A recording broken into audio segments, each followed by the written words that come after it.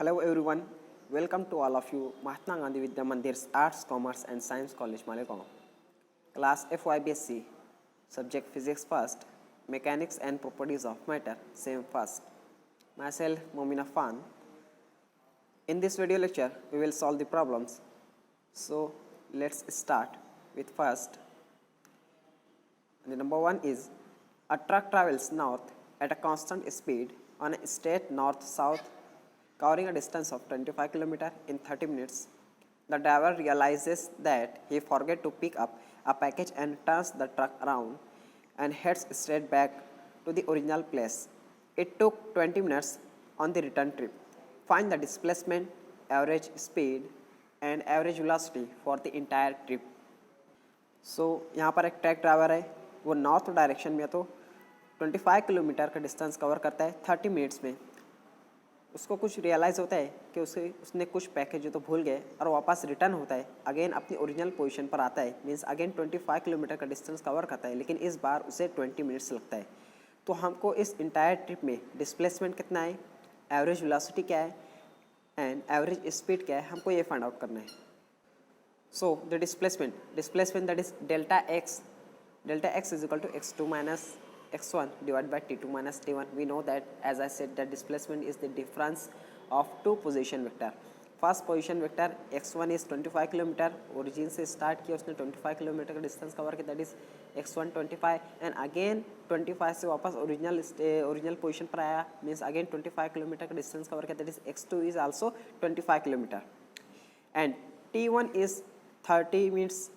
First time उसने जो 25 kilometre का डिस्टेंस कवर किया तो उससे 30 मिनट लगा एंड जब वापस आया ओरिजिनल स्टेट पर उससे 20 मिनट्स लगा, that is t2 is 20 minutes. So 25 minus 25 divided by 20, that is t2 minus t1, that is 20 minus 30. So 25 minus 25 will be 0 and 0 divided by something is 0. So यहाँ पर displacement ये तो 0 है क्योंकि entire trip के लिए displacement 0 है, क्योंकि जो ट्रक ड्राइवर है वापस अपनी ओरिजिनल पोजीशन पर आ गया, इसलिए डिस्प्लेसमेंट 0 है. सो जनरली हम विदाउट कैलकुलेशन भी ये हम कंक्लूड कर सकते हैं कि कोई भी ऑब्जेक्ट एक पोजीशन से दूसरे पोजीशन पर गया और वापस अपनी ओरिजिनल पोजीशन पर आ गया तो उसका डिस्प्लेसमेंट 0 होता है. यहाँ पर भी डिस्प्लेसमेंट ये तो 0 है. Average speed is equal to total distance divide by total time is equal to s divide by t. Total distance is here for entire trip is 50 kilometre and total time required for that trip is 50 minutes. So 50 divide by, we will convert 50 minutes into hour, that is 0.83 hour.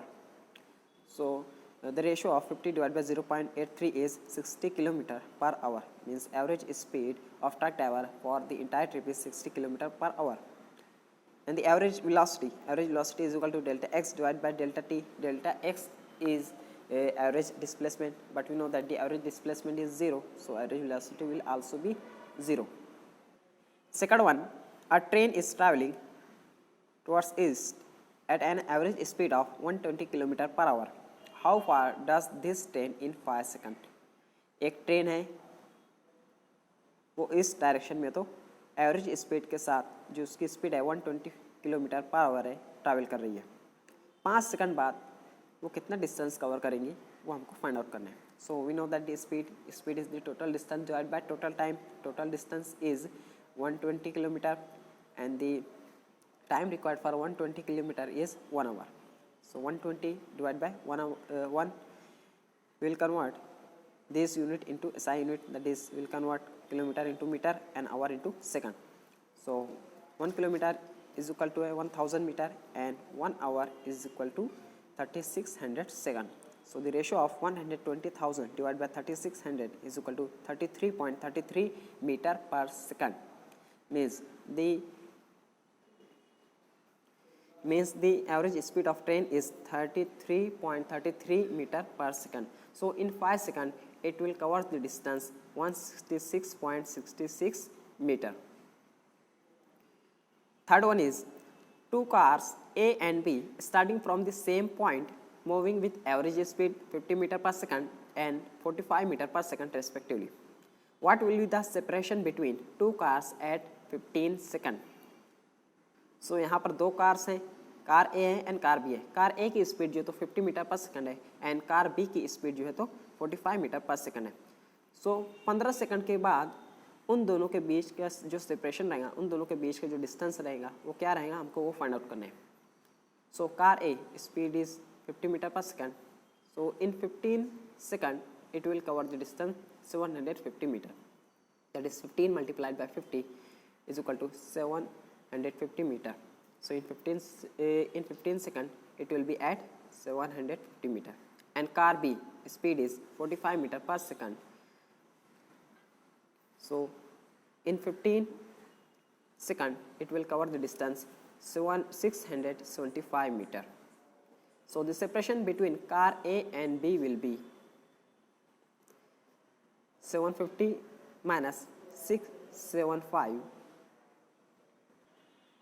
that is 75 meter, means in 15 seconds the separation between car A and B will be 75 meter. Number 4, a man pulls a suitcase of mass 10.4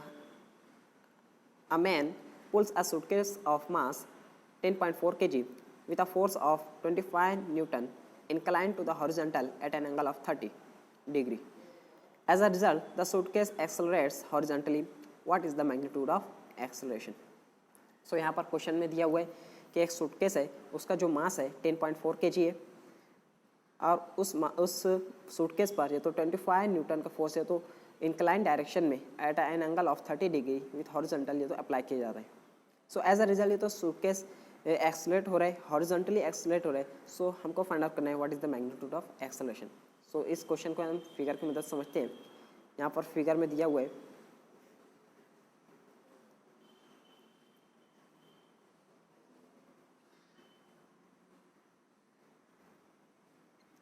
सो इस figure में जो तो एक suitcase रखा हुआ है surface पर, उसके ऊपर 25 न्यूटन का फोर्स है तो अप्लाई किया गया incline, that is at an angle of with an angle of 30 degree horizontally. So लेकिन suitcase as a result suitcase ये तो एक्सलरेट हो रहा है हॉरिजॉन्टल डायरेक्शन में एक्सलरेट हो रहा है। इट्स मीन्स दैट फोर्स का कुछ हिस्सा ये तो हॉरिजॉन्टल डायरेक्शन में या फिर कह लो एक्स एक्सिस के अलॉन्ग जो तो एक्ट हो रहा है। सो हमको फाइंड आउट करने के हॉरिजॉन्टली फोर्स कितना एक्ट हो रहा है, दैट इज जो हॉरिजॉन्टली फोर्स एक्ट हो रहा है वो है F cos theta. So force along the x direction will be fx is equal to f cos theta. F is force acting on this suitcase is 25 Newton and cos theta that is cos 30 and cos 30 is 0.866. So multiplication of this will be 21.65 Newton. Means force acting on this suitcase along the x direction is 21.65 Newton. Now we have to find the acceleration along this direction, along the direction of acceleration. So F is equal to ma. So A is equal to F divided by m is equal to 21.65 divided by 10.4 is equal to 2.08 meter per second square. Means acceleration of this suitcase is 2.08 meter per second square along the x direction and force acting on this suitcase along x direction is 21.65 Newton. Next one, a 68 kilogram man is standing on the floor of a lift. Calculate the apparent weight when the lift is first at rest, second moving upward with acceleration 1 meter per second square and third moving downward with acceleration 2 meter per second square. सो यहाँ question में दिया हुआ है कि एक 68 kilogram weight का आदमी है जो तो फ्लोर की लिफ्ट के फ्लोर पर खड़ा हुआ है। सो हमको उसका वेट फाइंड आउट करना है जब लिफ्ट है तो रेस्ट स्टेट में, सेकंड जब लिफ्ट है तो एक्सीलरेट हो रही है अपवर्ड विथ 1 मीटर पर second square and third lift जब ये तो डाउनवर्ड एक्सीलरेट हो रही है विथ 2 मीटर पर सेकंड स्क्वायर। सो फर्स्ट सबसे पहले हम सॉल्व करेंगे first case, that is when the lift is at rest. So apparent weight of man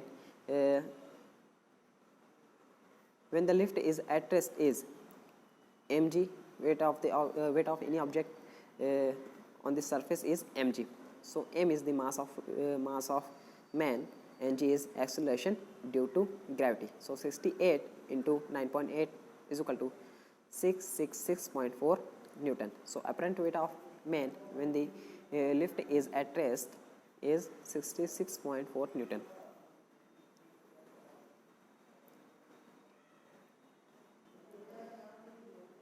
Second case, moving upward with acceleration 1 meter per second square. So यहाँ पर ये तो lift है तो अपवर्ड डायरेक्शन में मूव हो रही है, अपवर्ड डायरेक्शन में एक्सेलरेट हो रही है, तो जो उसके अंदर लिफ्ट के अंदर जो आदमी खड़ा हुआ है उसके ऊपर जो सीडो फोर्स एक्ट होगा वो डाउनवर्ड डायरेक्शन में एक्ट होगा. सो यहाँ पर दो फोर्स एक्ट हो रहे हैं, एक सीडो फोर्स एक्ट हो रहा है जो डाउनवर्ड डायरेक्शन में, और एक अर्थ एक्ट करिए आदमी के ऊपर जो वो भी है तो डाउनवर्ड डायरेक्शन में.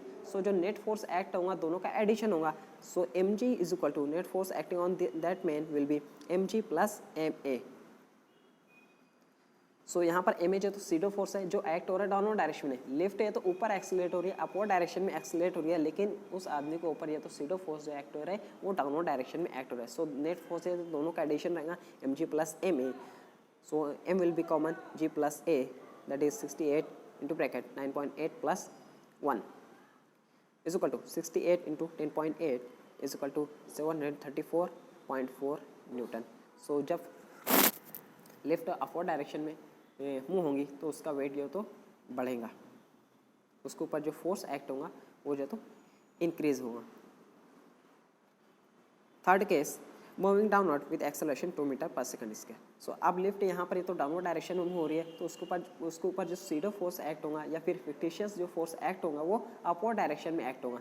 सो यहाँ पर ये तो वेट ये तो डाउनवर्ड डायरेक्शन में एक्ट हो रहा है और जो सीडो फोर्स है वो अपवर्ड डायरेक्शन में एक्ट हो रहा है, दोनों अपोजिट डायरेक्शन में. सो यहाँ पर जो नेट फोर्स एक्ट होगा आदमी के ऊपर वो दोनों जो तो डिफरेंस रहेगा, that is m as a common into bracket g minus a is equal to 68 into bracket 9.8 minus 2, that is 68 into 7.8 is equal to 534.4 Newton. सो जब डाउनवर्ड डायरेक्शन में लिफ्ट एक्सेलरेट होंगी तो जो आदमी का वज़न ये तो कम होगा, जब अपवर्ड डायरेक्शन में लिफ्ट है तो एक्सेलरेट होंगी तो आदमी का जो वज़न है जो लिफ्ट के इनसाइड जो आदमी रहेगा उसका वज़न ये तो इंक्रीज़ होगा. सो ये सब केसेस जो तो सीडो फोर्स की वजह से होते हैं. सो ये थे प्रॉब्लम्स. बुक्स में और भी कुछ प्रॉब्लम्स दिए हुए, you must write. And this is enough for today's video lecture. We will see the next topic in next video. Thank you all of you for watching this video. Thank you.